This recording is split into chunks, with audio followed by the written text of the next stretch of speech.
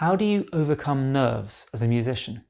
If you want to beat anxiety completely and feel fearless with music, then that's definitely possible, but it's usually not that quick a process. However, there are some things that you can do that will help straight away. In this video, I'm going to go over 6 simple and quick tips that you can use in the moment to calm your nerves.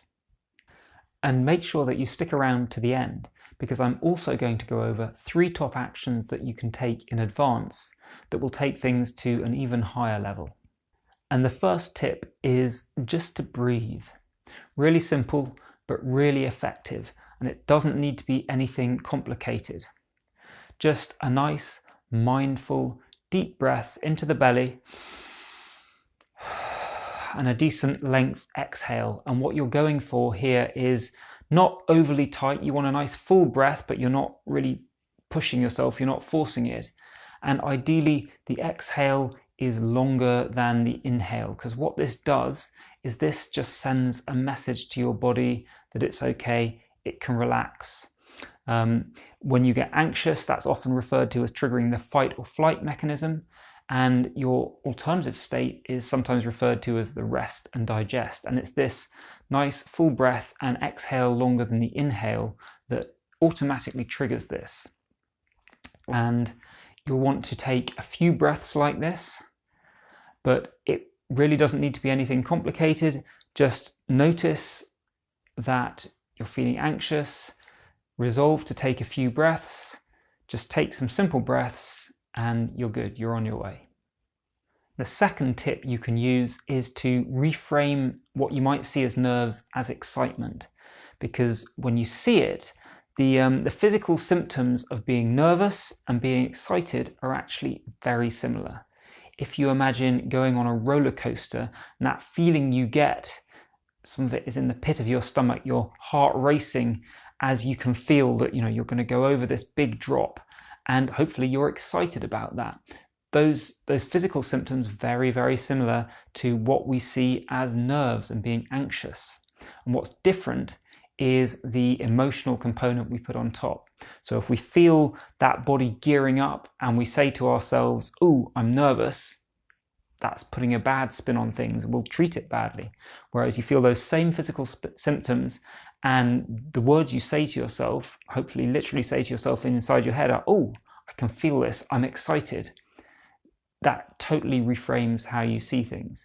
And so when you get that physical response, try not to have that reaction, "Oh, I'm nervous," in the first place. But if you do, that's fine. Just stop, think, and go, "Oh, actually, no, you know what? I'm excited." Just saying those words to yourself in your head or out loud if no one's around has a huge impact on how you react. And the third tip for you is to think about what the audience wants. So rather than going inward and thinking, "Oh, I'm having this nervous reaction, I can feel my body doing this," that keeps the focus on you. You can get into a bit of a loop here. You notice all these things going on. If instead you think about, what is the experience I want to give the audience? How do I want them to feel? You're putting your attention out there, away from you, and this is naturally going to take the focus off your nerves. It's also something that's really helpful for you to think about. It will help you connect to why you're doing it in the first place. That's why you're up there, to give them an enjoyable performance. And just taking that different perspective, putting your attention out there on the audience rather than inside on how you're feeling, will really help calm those nerves. And the fourth tip is just to remember that people aren't paying as much attention to you as you think. There is a lot of scientific research out there that has demonstrated that this is true. In fact, it even has a name. It's called the spotlight effect, where we just feel like there's constantly this spotlight being shone on us. And okay, you might think, well, okay, I'm up there performing, so there really is. But the interesting thing is, this research holds true even in the case when you're up there doing a performance. People are sitting in the audience, they're thinking about how their day went, they're thinking about what they're going to be doing later, as well as watching the performance. They're wondering what other people around them are thinking. So you might be up there thinking, everyone is scrutinizing every tiny little detail of what I do. But most of the time, actually, yes, there is a fair bit of attention on you, but much less than you would think. And people are, off in their own heads for a surprisingly large amount of it. So just remembering that you are not being judged intensely all the time, take some of that pressure off, will help calm that anxiety. And the fifth tip is to remember that the audience is on your side. So even when you do have them watching you and paying attention, they want you to succeed. They're not there hoping that you'll trip up, hoping that things won't go well. They want that enjoyable experience, and they like to see people do well, and so they're supporting you. Just remember that. It's a very friendly environment. People are there, they want the best, they want to see you do well. And the sixth tip is just simply to replace any unhelpful thoughts that pop into your mind. And it's perfectly normal for these worries, these self-criticisms, these thoughts to come unbidden into your mind. It happens to everyone. There's no need to try and stop that happening. Just notice when it does, and you don't have to accept that thought as true. You can just replace it with something else, and you can come up with your own ideas. You might have some that are specific to the situation, but a really simple one that anyone can use is just the thought, it will be fine. So if you find yourself thinking, oh, what if this happens? Or I bet I'm going to mess that up. Or I'm doing, whatever's going on, crazy thoughts swirling around. You can just notice that that's happened and choose to think, it will be fine instead.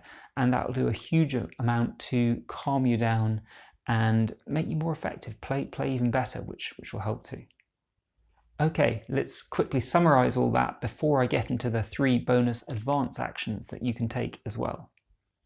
And so those tips we went through were to breathe, to reframe nerves as excitement, to think about what the audience wants, to remember that people aren't paying as much attention to you as you think.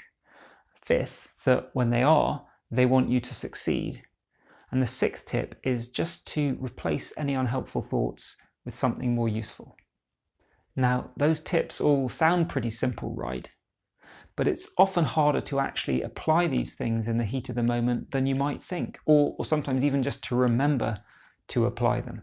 So here are 3 bonus actions that you can take outside performance that are going to help increase the chance that you use those tips successfully.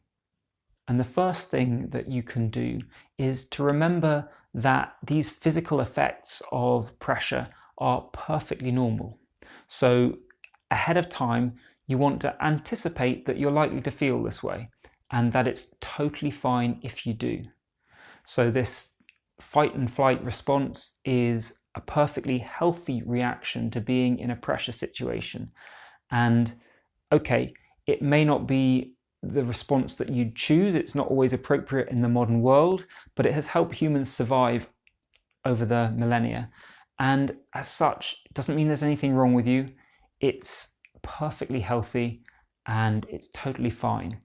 Just be prepared for that to happen so that you're not caught by surprise when it does. And the second tip is to choose a focus or an action ahead of time so that you know what it is that you're intending to do if you get some of this anxiety creeping in. So this could be a focus on a particular aspect of the music that you know if you're getting distracted by anxiety, that's where you want to put your attention back to, so you don't have to think about it, it just goes there. Or it could be which particular one of the tips that we've already talked about do you want to use? So that you don't suddenly find yourself going, ooh, anxiety has struck me, I know I should do something, what am I going to do? That's not the time to make a decision. Think beforehand, okay, I get in this situation, what tip do I want to use? So maybe it's the excitement thing. That case, you've already done the work. You feel this happening and your reaction is just simply, okay, tell myself, oh, I'm excited.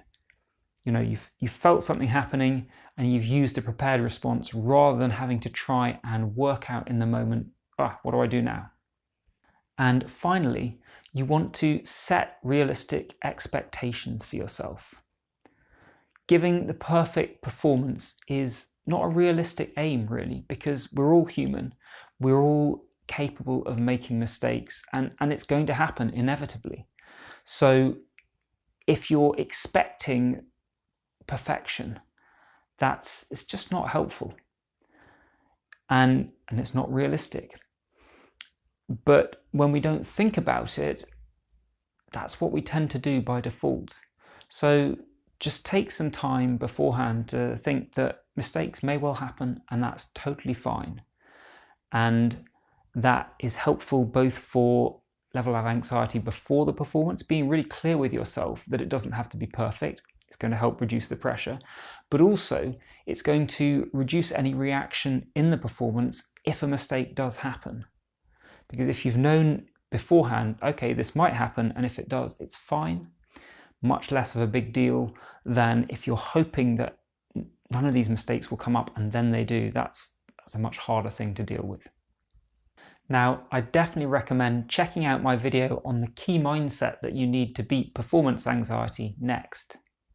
And if you want to go a bit deeper, then you should check out my free ebook, Unshakable Foundations, which shows you how to develop the 9 key mindsets that the top performers all share. I'll put a link to it in the description below. I've been Morley-Fletcher. Thanks so much for watching. Take care, and I'll see you in the next video.